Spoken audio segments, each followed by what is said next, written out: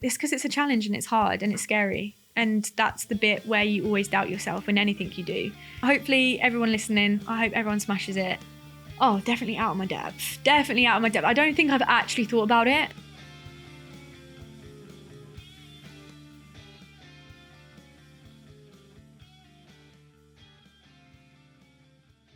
Welcome back to RunThrough Presents Go On Running. It is Ben Shepherd here, and this is very exciting because I am joined in person by Science in Sport ambassador and elite runner.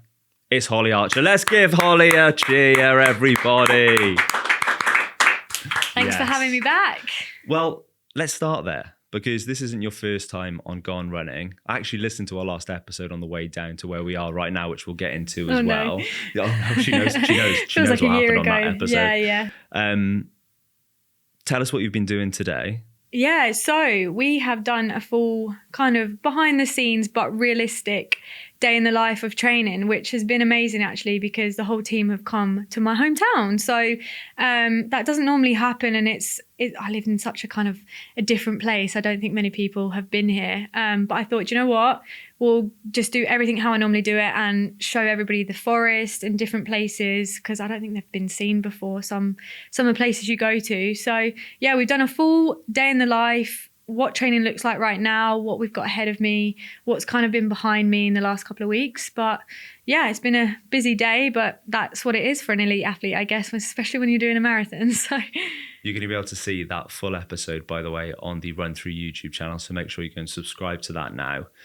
There's so much I want to cover in this, Holly. And from the last time we spoke to this time, there's been a lot of change in your life. I think if we were to go back and tell Holly at that point that she was going to be running the London Marathon in one of the most stacked starts ever, I don't think she'd believe it. I don't know, the amount of things I do. Well, that's a good point. To be honest, like I think that actually explains that's my character. Yeah. Like honestly, I'm so volatile. Like every 6 months is looking different. I'm probably going to be a graphic designer and a rower next year. So no, but I haven't listened to it back, so I can't actually remember. You're probably going to know me better than like what I said back then. But was I doing more 5Ks and high rocks? Trying to break 16 again. You were doing high rocks. You were just about to go to South Africa. It was just half marathon in Copenhagen. Yeah, full on then, full on now. Nothing's changed, I guess, on that aspect. For people that don't know and for people that haven't listened to that first episode, let's give a little bit of context to exactly who you are, how you've got to this position, and let's go all the way back to your kind of running story and how you started running. Yeah. Did we go over that on the first episode? We briefly mentioned it, but I think it's a really nice story to tell. So yeah. Okay. Well, I did mention it. I think I was telling Jamie earlier. But yeah, so how did I start running? Which is the most common question I get. A lot of people nowadays start running through lockdown. It's kind of trendy now. It's fun. It's cool. But I started running probably 2002, maybe 2003. It definitely was not on social media and it was definitely not cool. If I was running outside, I'd get called Run Forest Run, or I'd get taken the mickey out of at school, called Run a Bean or something like that. But I started when I was 12. I loved PE back in the day when you had double PE, double food tech, and then double woodwork or whatever you had back then. What a day. Yeah, what a day. But double PE was my favorite. Most girls hated it. I loved PE. So in the changing rooms, girls were figuring out a way to get out of class, get a note, fake a note, whatever's going on. I was ready, socks pulled up, what we doing today? So I loved PE. And what happened was I always then had to join the boys because I really threw myself into all of the sports. But then because I was a girl, they put me with the girls, right? But if the girls aren't interested in rounders, it's no fun. If the girls aren't playing hockey that well and just chatting, it wasn't fun. The only one thing I could really throw myself into and like feel competitive was running. So we did cross country, and it would start the session of double PE. We'd do this cross country loop, and at the time it felt like we were running for half an hour, but in reality I think we were running for like 9 minutes, maybe not even that. And it was back in the day when we could go off school premises and back on. So we'd go off the school back of the pitch, we'd go round these couple of rugby pitches that were off premises, round a housing estate, back into school. First one back, kind of got a coupon, a bit like parkrun back in the day, I guess. So I did it, first ever one. Everyone went out hot. No one knows how to run. I think I had plimsolls on, the black stripy shorts with the tee, you know the drill. Had all of that on, and I came back, I think, like 7th. And I just kept picking off these boys, and they were obviously playing football, and you're at that age where, you know, they're doing football on a Saturday and a weekday, and I wasn't doing anything. So I was so chuffed with myself, come through in 7th. And then everyone lines up in their school year. Once you're done, everyone's finished. And I remember just like getting called to the front, and I was like, oh my God, like I'm getting nominated here. Like, oh God, they're going to be really, going blushing almost, you know, I'm going to get called up to the front. I'm 12, you know, and I Mr. Lyman and Mr. O'Neill, I still remember their names, and I still contact them now. Like they still know me. So it's brilliant. But yeah, they told me to stand in front of the class, and he was like, this is an example of what we don't do. We don't cheat. You do not cut corners, detention after school. Holly, see me. And obviously I'm mortified. Like I tried so hard, and I was mortified. I went into the changing rooms, and you know when you panic at that age as well, when you get in trouble, you kind of panic. I got in trouble time to time, so it wasn't like I was a goody two-shoes, but on this occasion, I actually worked really hard. So I was like, what? So I started crying in the changing room, and then I spoke to the teacher. The boy that I had overtaken right before the end, still know his name as well, but I'm not sure if I hate him or need to thank him. So yeah, he was the one that had told the teacher that I cheated because I'd overtaken him. And it's just a little, you know, young lad got beaten by a girl. It's absolutely awful. So yeah, I got detention. And then I remember my dad had to pick me up because I lived in a village. So I had to get the bus. But if you get detention, you miss the bus. So I had to wait after school, and my dad was fuming because he has to then come pick me up before going home. So I had to get picked up, and then my dad sat in the car, and I was like, I'm going to get grilled here. How am I going to, you know, tell him? And he was just like, did you do it? And I was like, no, I didn't do it. And he said, like, okay, I'm going to ask you one more time. Did you do it? I said, I didn't do it. He said, right, look at me in the eye. I said, I didn't do it. And then he was like, right. And we didn't go home. We went to my first ever sports shoe shop, and we got ASIC gels. The first one, I was saying they're probably cool now, but back in the day they were not cool a couple of years ago. They were kind of big, bulky with like pink bits on it. And yeah, I signed up to this local track that everyone's been to today, which is amazing. And joined my first club session there. So that's how I got into running. And it all started there. And from there, I started winning races, then started representing my school. So you do kind of your school's race. If you come top 8 in cross country, then do your county race, and then you can go to English schools. So I would win all of those. And I think I was the 8 or 9 time champion of the area, like Suffolk and East Anglia, for all 8 years that I was from 12 to 18. So yeah, it did me a favour having that, because I found my niche that way, because it gave a bit of fuel to the fire. So yeah. Would that Holly believe that you were where you are now? You are starting the London Marathon on that start line with one of the greatest fields ever assembled? No, I mean, I think from my background, I just never thought, I don't know, does anybody, you have a dream, and it's so hard to get to the top of anything in reality. If you want to be an actor or a singer or even be an Olympic gold medalist, you can dream about it. But if you work hard at something and don't give up at it, because at the end of the day, I've never been number one. I never won English schools. I didn't go pro at a young age. I went to the America and have done all of these things. But I guess I just was always there, just didn't give up. And so by always being there and showing up, you're always kind of creating opportunities and kind of keeping the dream alive. And then it just takes one patch to then go well, which it has for me. But I didn't, going back to the story as well, I didn't actually finish. So I went back to do the race after I got my shoes and trained. And that's when I came like 2nd or 3rd. And that's when I got then awarded an assembly and stuff. So I did prove the teacher and everyone right. And they all support me now, and the teachers are still in contact. So I did get revenge. I did train. I did go away, get the shoes. My dad didn't give me just shoes because he, thought I was hard done by. We went away, trained for a month, and then the next cross country, I showed up and came 2nd. And my dad told the teacher, stand on the part where she cheated and watch this time. So yeah, no. But no, yeah, we're here. We've done a lot since then. And I think if you have something that you enjoy and you think you can go far in, like, it's never going to be easy, and it never has been easy. It still isn't easy, but I'm still here and still enjoying it. So there's something in that, isn't there? If you still enjoy something, just keep doing it. Don't worry about the outcome. Just make sure you stay in it, good and bad. Go for the ride, I guess, and eventually something will happen. So how would you describe yourself as an athlete? Because like, even just hearing that story, right, there's so much grit, there's so much kind of determination, there's so much want to keep doing better and keep kind of striving to be the best that you can be. If you were to look at yourself and describe yourself as an athlete, maybe you're right in the description of the Holly Archer action figure. Yeah. What would you say? Like, what would be on that box? It's a difficult one because I actually don't think I'm the best athlete. I'm probably a terrible elite athlete because I don't think that's true. No. I think, I'm not perfect. I think I'm the first person to do something and everyone will be like, why are you doing that? Why are you doing London?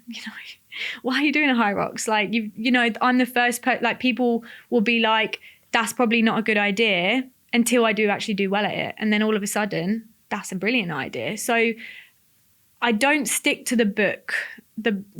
I never have. I don't know why. I think I constantly like to challenge myself. So describing me, very competitive. I've always wanted to win, I guess, from an early age.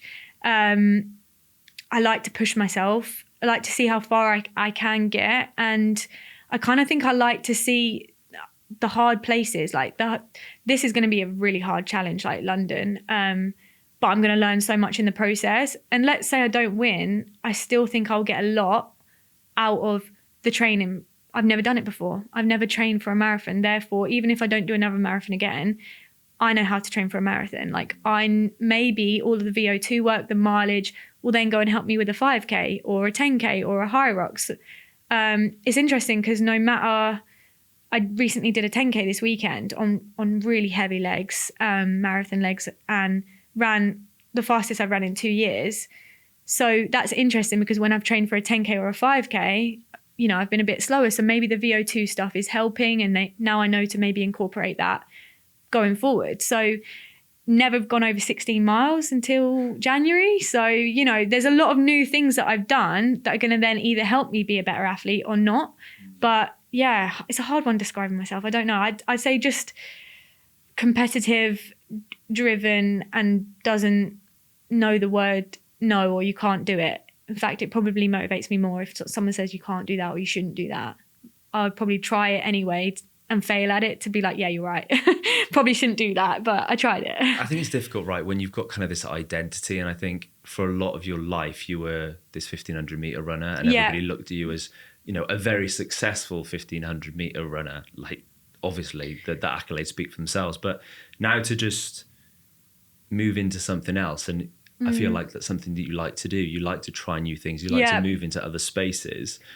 I think it becomes difficult for people to look at you as something other than that 1,500 metre runner. Like, you're not just a 1,500 metre runner. And I feel like you're going to prove that on the 27th of April. Yeah, well, it's interesting because maybe up until last year I was a 1,500 metre runner, but now I've obviously proven myself in high rocks.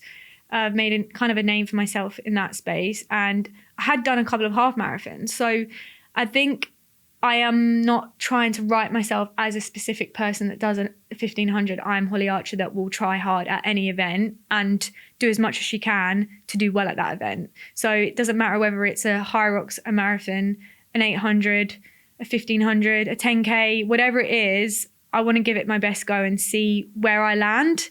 And then if I really like it, I'll do more of that. Or if I don't, but I kind of stay around things that I think they're going to complement each other, right? I do think high rocks, not many runners like it because it does look a little bit trendy. It does look a little bit in your face.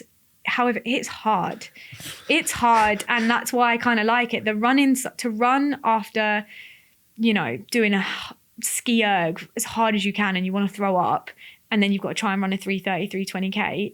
That's hard. And that challenge mentally is quite nice, because then I go and just run a 10K and I don't have to do a ski erg or a sled push in the middle. I'm like, oh, this is quite nice actually. I'm just doing the running side. So you're constantly testing areas that, you know, that you haven't before, because sometimes I feel like I get in a rut with running. Sometimes I get a bit bored, I get a bit stuck, and then I don't enjoy it as much.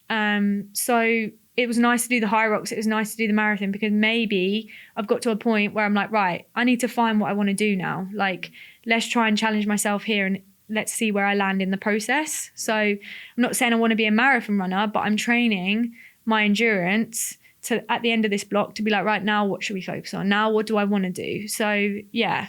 And that's one of the things I love about your story is, like, you are a constant work in progress. Yeah. And you're a constant developing athlete, and you're constantly thinking about these things that can help and improve. And I think that's probably a good place to get into the relationship with science and sport as well. Yeah. Just talk to me a little bit about how that relationship first came about, and then I want to get into fueling the marathon and how that is different.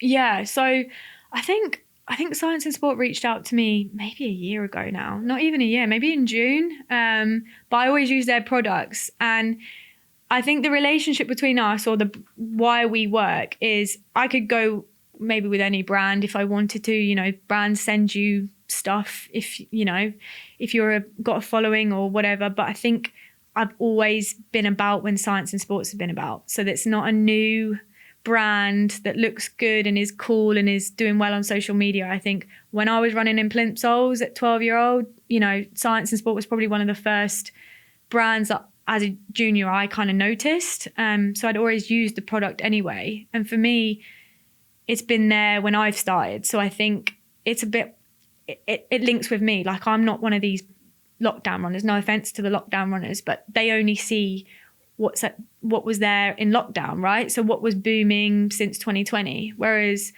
I've been there since, you know, 2005 maybe. God, I don't want to into this. Just not talk about that. But you know, I've been there before all of that, before it was trendy. And I think Science and Sport has never been about the trend. It's been about the athlete and the science behind it. And they've been nothing but helpful. What do you need? And, you know, I like the product. Like, I think my favorite thing, my first thing from them was the protein. So I wanted a protein drink for, you know, 12-year-old going when I was 15, 16. I was kind of getting a bit older and I want to kind of fuel my body. That was the Rego Recovery was what I went for. And I loved it over anything else. So I knew the brand, I liked the brand. And I think when they reached out to me, I thought, yeah, this is a good fit. This isn't just popped up because you fit us right now. We've been around, you're a runner, and I liked the fact that they had kind of like the athlete first kind of authentic kind of feel to it. So yeah. It's that nature of being proven, isn't it? Like, I think that's what you're describing. You knew the brand. Yeah. You've grown up with the brand, and the brand was proof of everything you needed it to be. So the relationship works. I think a lot of the time as well, isn't it? It feels like the world on social media and brands is very fake. A lot of it is very, you do a favor for me, I do a favor for you. It's very kind of, some brands can just come out overnight by a very good marketing strategy, right? And good branding, colorful packaging, pick the top influencers, and they can take out the big players. And although that, I'm not saying that that's bad, I just think that's very fluid. What's the word? Like, it's very like, I could be replaced tomorrow. Whereas Science and Sport is about our sport. They do not just runners, they do, you know, football teams, swim teams, triathlon. They're about sport, not about influencers and quick money, which if I was just an influencer, maybe it wouldn't be the right fit. But because I do sport and that's up and down, but it's all about kind of doing the right thing for your sport. You know, they have the accreditation that elite athletes need. So they're certified by sport, and that means that they go through a batch testing, and as elite athletes we have to get, you know, urine samples, we get drug tested, we get spot tested, and anything can happen and anything can be in any product. So this just ensures, it just gives me that little bit of relief that nothing's in that product that's going to cause me any aggro. And as an athlete, that's also your job, especially on the elite start list. So yeah. Again, it's just that confidence, isn't it? Yeah, exactly. And they're putting the athlete first by saying, this is the product we're doing everything properly, and we can ensure, there's nothing in there, because, there are some brands and there's some even medication that I didn't know about. And as an athlete, we have to make sure we don't take Sudafed, and we don't take supplements before a race that aren't tested and tested by, certified by all of the trademarks. So, yeah. And it's about the performance as well, right? True. Like you're going to be using the products in London at your first marathon. Talk to me about how it's been different, not only the marathon, because, that hasn't happened as of yet, but fueling yourself in these sessions that are going to get you to the marathon. And then, talk me through your race day plan. Yeah, so before this year, can't say I used anything for fueling. Been brilliant this year, because not only have I tested my body to train for a marathon, I've also learned so much about fueling. Like organically, I've had to then go, hang on a minute, why do people fuel? Do we need to do it? So as a 1500 meter runner, not really important. You're running for 4 minutes. As long as you're fueled before you start, you're fine. Marathon, your liver can only hold a certain amount that's probably going to get you to 90 minutes. So you could probably, if you're running a marathon in 2 hours, you might be okay. If you had a tiny bit of, you might struggle for half an hour. But if you're running a marathon for 2.5 hours like myself, that's going to be hard. So I'll completely lose all of that glycogen by 90 minutes. So I had to learn, okay, it's about keeping myself topped up as much as possible to get me to the finish line feeling as smooth and no drops. So I tested a lot, but I started off by using it in the half marathon. I think I did one in Copenhagen last year, and it was the first time I fueled. So I just started off really, really small, and I used the Beta Fuel kind of carb drink. So because I was on the elite table and in Copenhagen running for England, I was allowed the tables. And although I didn't think I needed it in a half marathon, I still did it because I wanted to learn how to pick up and what would happen if I took on carbs or how it would feel. I found it really difficult. I remember picking up at 10K and 15K in the half marathon, and I was just like, this is really hard to run this fast and drink. Like, it's really difficult. I understand it now, because you have to stop breathing, right, to drink. So that was my first awareness of like, this is tougher than I thought. And then when I decided to do London, which was like January, that's when I was like, right, okay, in my long runs now, I need to start thinking, if I do anything over 90 minutes, we take a gel, we learn to take a gel whilst moving. And then it's only really been the last 3 or 4 long runs where I actually planned out, staged ironing board. I was going to say the ironing board came out. I feel like the ironing board's pretty famous. Yeah, it's iconic. I've actually seen a few people do it. I'm not sure if I was the first one or you're picking it up. I think it's a great people idea. In London with the ironing board supporting Holly. Yeah, get the ironing board out. But yeah, no, I put that out because we did a 5K loop. I know I can pick up at 5K. And so I just put it out to pick up.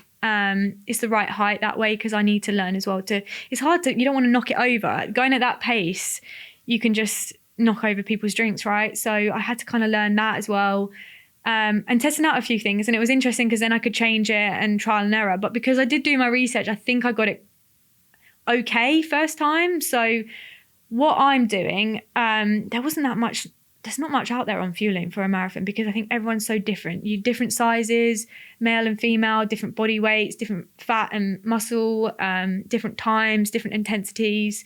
So there's so much that goes into it. So it's interesting because there's no right way and wrong way, I guess. But rule of thumb is obviously if you can take 60 to 90 grams of carbs every hour, you'll be fine, right? So it's working out. Do you take 60 grams every 40 minutes and do 120 in 80 minutes? Do you take 20 grams every 20 minutes, 60 grams an hour that way? So there's different ways to do it depending on your body weight and what you can handle. So I'm going to take every 5K. So that's going to be around every 20 minutes. And I'm just taking small amounts. So I'm going to have one on the start line, because you're going to leave the hotel, you're going to have your breakfast, you're going to warm up. It's going to be 2 hours later. Your then stores come down. So I'm going to take one right on the start line. I'm going to take the nootropics one that SIS do, which is is 40 grams. So I'm just going to top up on the start line. That way you just know you're tip top before you get going. And then every 5K, I'm going to fluctuate between the fluid form of carb drink, which has got the whole sachet is 80 grams, but I'm splitting it into 4. So I'll take 20 grams with water. So I'll have that every 5K, and then I'll mix a 40 gram gel for the next 5K. So obviously 5K will be fluid, 10K will be gel, 15K fluid, 20K gel. So that way I'm having a little bit of fluid on board with a gel. The gel's got heavier carbs, but I'm going to get some water in with some carbs every other 5K. And I think that hasn't been too heavy on my stomach. It's kept me going. And yeah, hopefully, fingers crossed. I mean, it worked well in the training that I did. So I'm mixing some of the electrolyte gels as well with some of the nootropic gels for where I feel like I'll sweat some more. I can replace that before I get cramp, and then I can take another nootropic one which has got caffeine in it. So basically some people struggle with that if you take that too many times because it's too much caffeine. But I think around 25K I'm going to start kind of getting a bit tired, so it might be a nice pick me up moment. Yeah. So that seemed to work well. So that's the strategy for the day, is to every 5K switch between like a carb fluid and a carb gel. And hopefully just keep doing that all the way to the finish and get there in one piece. But there's a lot to think about, isn't there? There is a lot more than I thought. Yeah, it's a long race, and you mentioned like a 1500, you might be out there for 4 minutes. This is obviously considerably longer than that. Is that something you think you maybe underestimated when you said yes to it? Or 100%, but that's the story of my life. Like, you know, I mean, I jumped on a flight and went to Cape Town to do a high rocks. Like, it's just because there was no other entries anywhere else. Yeah. But I think that's part of the challenge. You know, it's kind of that it is going to be hard. I've not gone over 22 miles either in training, so I've stopped at 22 miles because at the end of the day you wouldn't do a marathon and then do a marathon in another 4 weeks time. So I think it's about keeping the intensity up, getting good training, but knowing also when to peak. And being my first one, I don't know if that's right or wrong, but I do know that I hadn't gone over 16 miles in January, so to do too much volume I just didn't think would be smart. But yeah, no, it's going to be a good challenge. It's going to be hard. Yeah, we'll see. Take me to that start line. You've got Science and Sport in your corner, you know, they're ahead of you, with you for 26.2. Mm-hmm.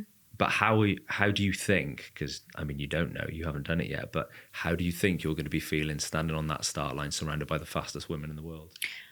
Oh, definitely out of my depth. I don't think I've actually thought about it. I think that's something, sometimes it's good just to be naive. Like, just not now. Don't think about it. At the end of the day, I'm not thinking about how it's going to be. Yes, the best marathon women in the world, the best British women in the marathon history are going to be there. Like, you know, looking at last year, the fastest woman across the line for a Brit was, you know, 2:32. That's not going to happen this time. Like, it's going to be a very quick race. But, you know, you've got to look at the positives along with there are pros and there are cons. You know, I was saying, like, doing this marathon is probably not a smart idea. Like, a lot of people will say, why are you doing this as your first marathon? Why don't you run with the masses? Why don't you do Berlin or Valencia? Like, that's going to be a lot easier. You can run with people. If it goes wrong, you can have people around you.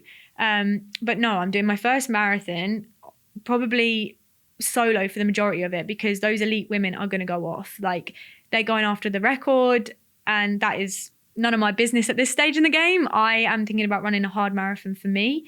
But I'm going to be motivated to be surrounded by them, but I'm also going to respect them. I've also said, like, I would never get on the start line if it was to disrespect them. You know, obviously I've been invited, so I will train hard, and the goal is to run fast.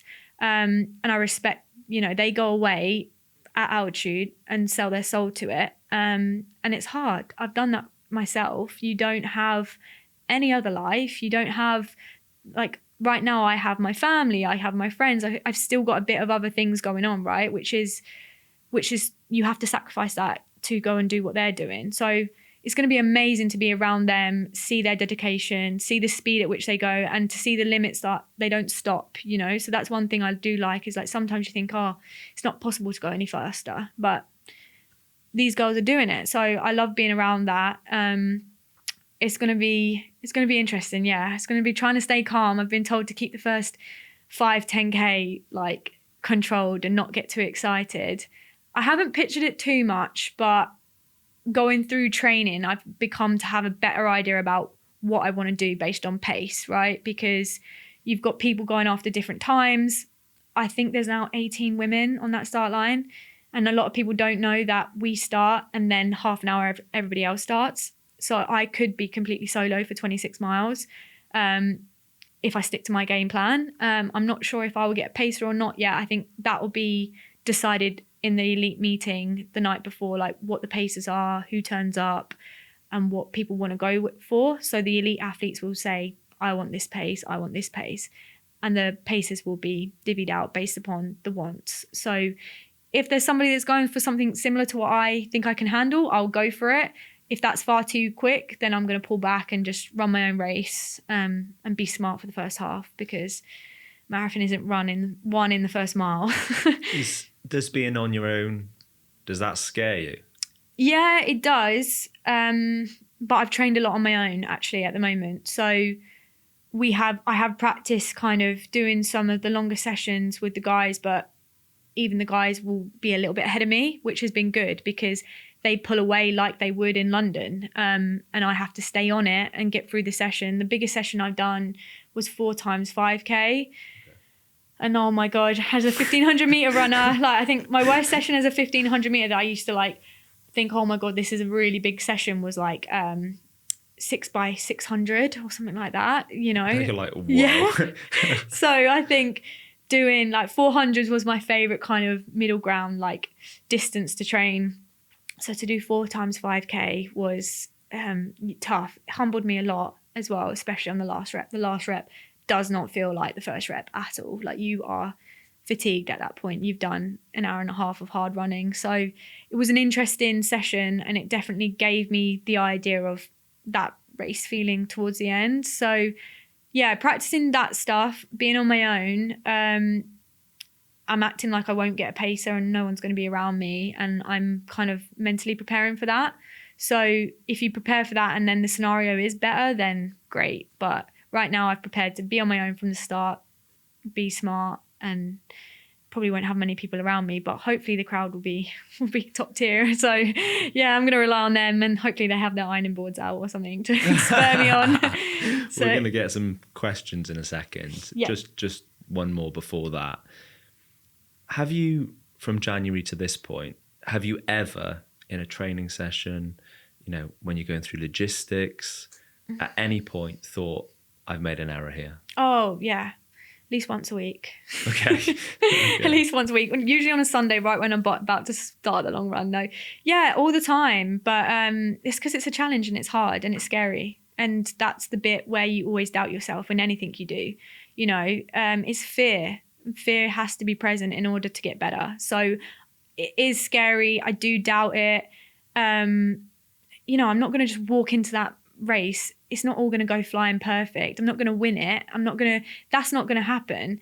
It's going to be hard. I'm going to be solo. And in training sessions, yes, I've bonked on some and they've gone really bad. And then other days I've picked up and felt great. And I've gone, oh, this is not bad actually. And then I've done some sessions that I've then shown I've done some really good, strong, like I've never done miles that strong before. Now I feel really strong at that. So I just think, yes, sometimes I think we've made a mistake here, but if I get through this, I can then figure out what I want to do next. Do I want to do another marathon better? Do I want to do 10Ks? Do I want to do 5Ks?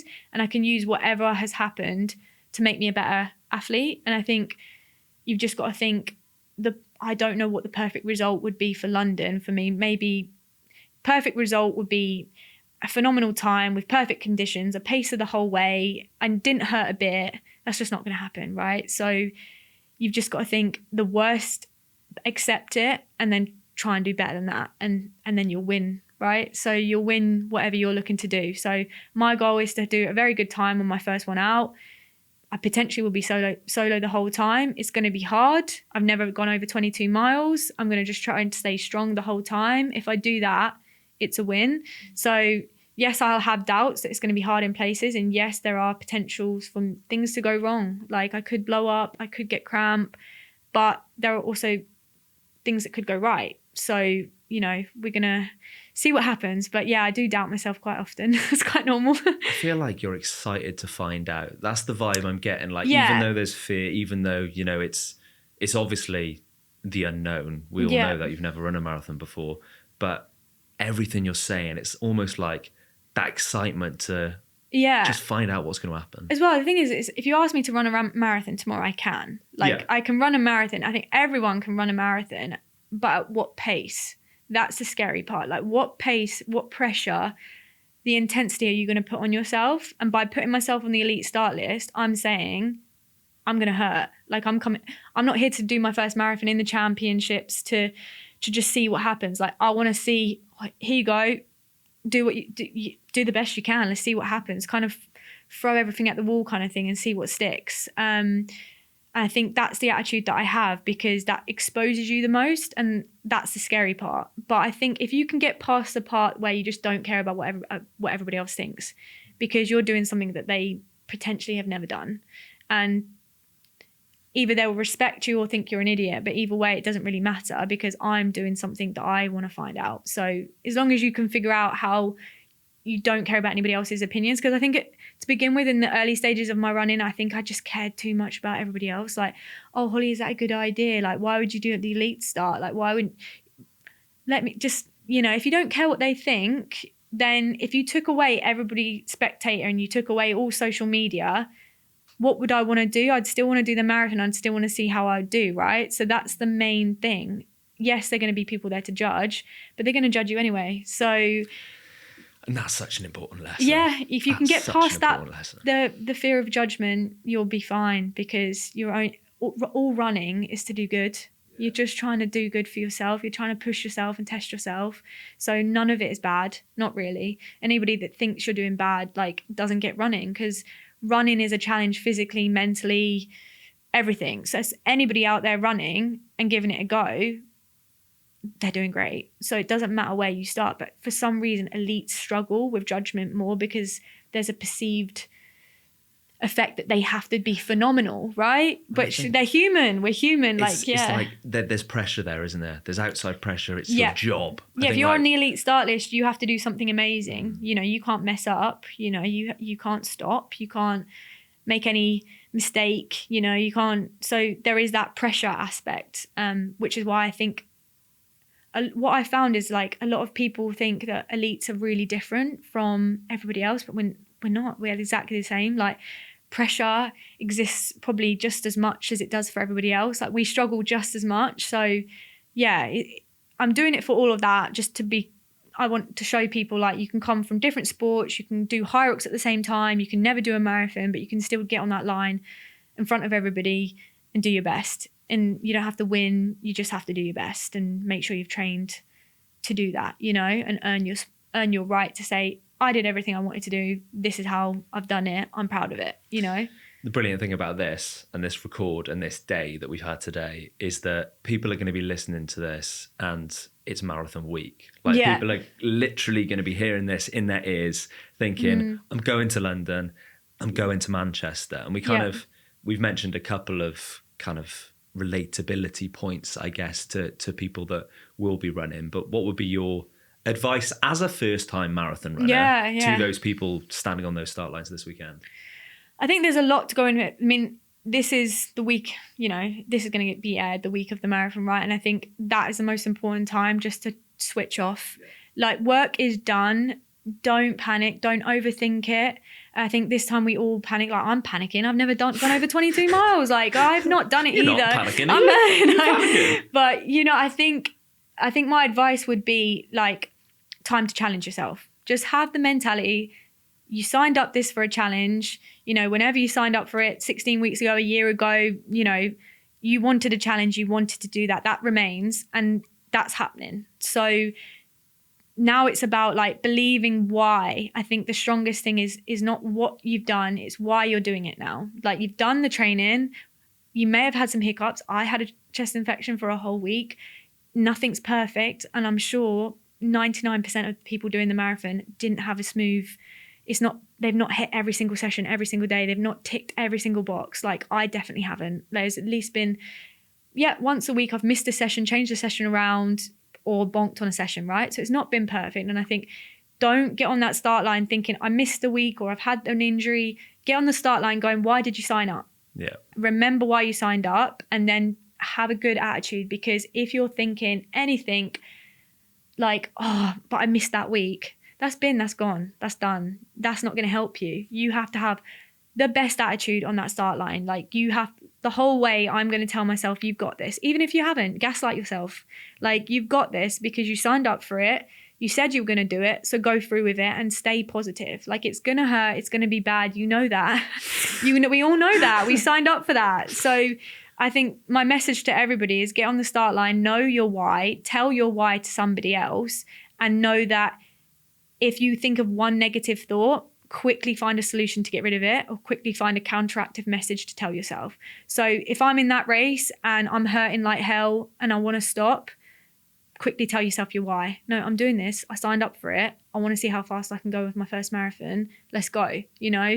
Figure out a positive reminder to yourself, because being negative will just make yourself drop back lower and lower. So the psychology is more important than the fitness now, I think. Sean, I think that answers your question that you put in our question box on RunThrough UK. By the way, if you don't follow our Instagram, that is the Instagram. Sean put, I got ill 2 weeks out the marathon. What do I do? I think Holly's probably just answered your question there.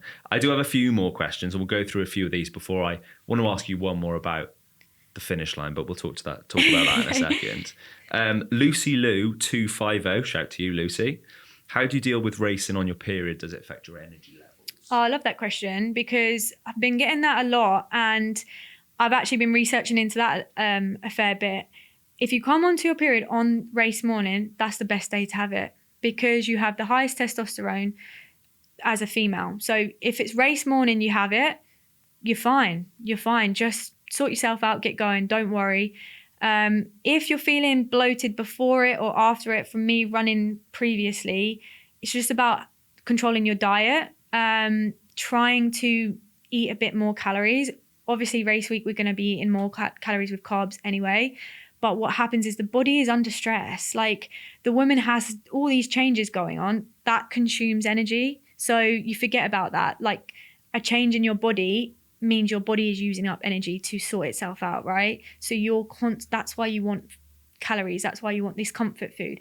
So allow yourself to have the calories. Don't worry about it. Your body is using more to, it's doing its thing. You need to provide for it.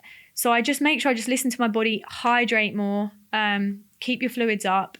If you're a couple days in, just have a little bit of paracetamol, and just don't let it affect you mentally, because it's good on the day. A few days afterwards, just make sure you're not got any discomfort. But I've never actually had a bad race on my period, and I've just never let it get to me. So sometimes I've had worse races by just having a bad attitude. So if you have a bad attitude, that can be far more detrimental than a period. So, and a woman's tough, so you're fine. That means we're tough. Like they're very tough. I can't argue with that. Woody 71 UK. Do you ever think you'll return to middle distance? That's an interesting question. Yeah, it is. I think I turned to a marathon because I lost the love for the middle distance stuff. I kind of got into a rut where I didn't feel like I was progressing. When you do really well in a sport, there's kind of limited places where you can start feeling good. Potentially, yeah. If the VO2 stuff and I start feeling really strong and want to kind of drop back down, potentially I will go back there. I think it's all about your environment. Right now, where I'm living, what I'm doing doesn't have a great track system and setup. So therefore, naturally, I felt the people around me are training for a marathon right now. So you kind of do what's in your environment. If I was around a stellar track club, then I'd probably still be in 1500 meters. Right now, I'm just not. If that changes, if I move or do something in the next, couple of months, then yeah, I could see myself going back. But right now, where I'm based, there's no one for me to train with really. So I think it's all about your environment. Do I still like it? Am I still good at it? Yes. Will I go back to it if I'm in the right environment with the right coaches and the right support? But never say never. I think we actually spoke about that in the first time we chatted about like how important your environment is. And I think that's such a good lesson for people listening right now. Like you need to be in the right environment, in the right place to Yeah. commit to certain challenges and certain things. And I think Exactly, you yeah. found your environment, you found the right place. And right now, that environment means the marathon. Exactly. You have to make the most of what's in front of you. You know, I don't have there's not a very good track system where I am locally. So if I want to be good at track now, I have to travel. But everybody has different things that are very good locally to them. That's why some people may get more into rugby or more into swimming, because they might have a really good swim club around the corner. We have a lot of older generation training for a marathon that, you know, I was like, all right, well, if you're doing it, well, I guess my training's going to be that now. So, Now you she's know, on the elite start line. yeah. Just So cash. you are where whatever's around you is easier. It's more accessible, and it will make the journey a lot easier if you kind of join in with what's good around you. Success breeds success as well. So if you can do marathon training with 20 other people that are doing marathon training, it's a hell of a lot easier. To do track training on my own here would be tough. So we'll see. If I want to go back into it, I'd probably have to move location. So yeah. And the most asked question from Lynn. So shout out to you, Lynn. And also from Coco Man Bunny Rabbit. Oh God. There you go. Good handle. Yeah. How do you run fast? Oh, well, like anything, they say 1,000 rule. You got to practice anything 1,000 times before you're actually any good at anything. So practice. And more specifically, running fast is down to practicing running fast. So you've got to have the power, the explosion, the gym work, the muscle to do so. So strides, hills, squats are what's going to give you that base bulk kind of engine to allow you to have a better cadence. So a lot of the people that I coach as well don't do gym or speed work, and then they don't know how to get quicker. But the answer is to strides up a hill and get that cadence and turnover better will be a good start. So 6 strides up a hill as hard as you can, walk down, and that will help your cadence, turnover and strength. And it's not just about obviously what you do out there, it's about the recovery as well. And we've talked about your favourite science and sport product. We've done that already. And, you know, in just days' time, as people are listening to this, SIS will have helped you get to that finish line in London. Yeah. The question, Holly, and this is the last question, okay, because, you know, Drum I feel roll. like the finish is a good place to finish. Yeah. Have you let yourself think about that? No, I'll get there. Whether I have to crawl, I'll get there. But no, I haven't even thought about that. I haven't even looked at the course, if I'm honest. Like, I don't know the course 100%. Element of surprise on the day, you know. We'll leave an element of a little bit of the unknown. But I know I can get to mile 22. I've done it in training. I know I'll get to the finish line. But yeah, we'll see what happens. But I think I'll just be happy to finish. And just fingers crossed that nothing bad happens out there, you know. We don't know the weather. We don't know injuries. I've never done this at this speed before. So there's a lot of unknown already. But when I get there, I'll just celebrate and just be happy that I've done the challenge I set out to do. And yeah, hopefully I get through there. Does time matter? What do you want that clock to say? Ideally. I think I'm surprised that's not the most asked question. I think everyone I've spoke to when I've said I'm doing a marathon, they've said, what do you want? And as a coach as well, it's allowed me, I have 3 rules, 3 outcomes. So so many people that I coach say, okay, Holly, what do I need to break 3? What do I need to break 3? I want to break 3. What do I do? There's no checklist. I could give you a training thing. You could check everything off. But what if it's 50 miles per hour winds on the 27th? That doesn't mean your training is terrible. That doesn't mean you can't go sub 3. That doesn't mean you're a bad athlete. That means there was something out of your control. So I've kind of thought about that, and I always say that, like, no matter how hard you train, there will be things on the day that will get in your way, whether it is heat, whether it's energy, you haven't fueled correctly, you missed a fuel, or you thought you'll be okay, and you're like, oh, I don't need a gel now, and then it's come back to bite you. You might get cramp, you might need to go to the toilet. There's so many things that could happen that you can't actually control, that it's got nothing to do with the effort that you've put in. So talking to myself with this as well, like, I wrote out on my notes with the date in January what I wanted, and I gave myself A, B, and C. A would be literally the perfect day, which is honestly very impossible, but still possible, would be the A goal. Then I did a B goal, which I think like it would be a hard task, but you know, considering I'm on my own and, you know, might get separated, never done a marathon before, probably more likely. And then a C goal, like, look, there's a few variables that just went wrong, you know, missed the bottle or got too hot, windy, got cramp, you know, doesn't mean I'm not able to get the A goal though. Like there's 3 variables that could mean what happens. Any of those variables, I still have to be happy. So the B, we'll start with the C. The C goal was to be in the 36s. So if things go wrong, I still want to run 236 something. So I want to be sub 237. I think me running 240 is very doable. I think 239, 238 is also very doable. I think 237, yes, I can do it even with a few things go wrong. I think 236 starts getting a challenge for me.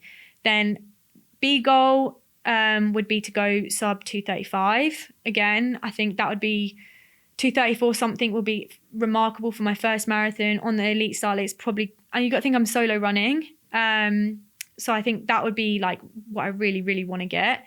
And then sub in the 233 to 232, like 232 high or 233 something for my first marathon coming from a 1500. And I've been doing high rocks as well. It's not like I've just focused on this. I think that would be my like, I'd be ecstatic with that. But I've told myself, if it's 236.59, because of certain things that you can't control, you still have to be happy with that.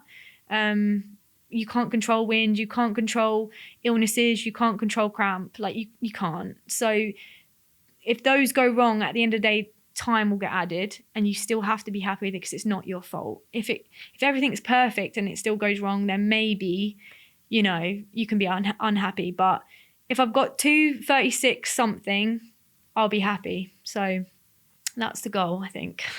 Well, Holly, we've got your back here at RunThrough. I know Science and Sport have got your back as well. Thank you so much for not only this, but doing the whole day with us. Yeah, no, thank you for having me. It's been absolutely class to have you. And and hopefully everyone listening, I hope everyone smashes it.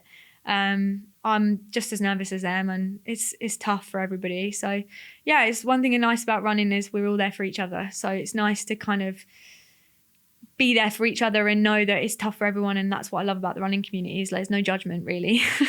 There's just hard graft. So yeah, respect to everyone doing it. It's tough. What a place to finish. Holly Archer, everybody. Thank you.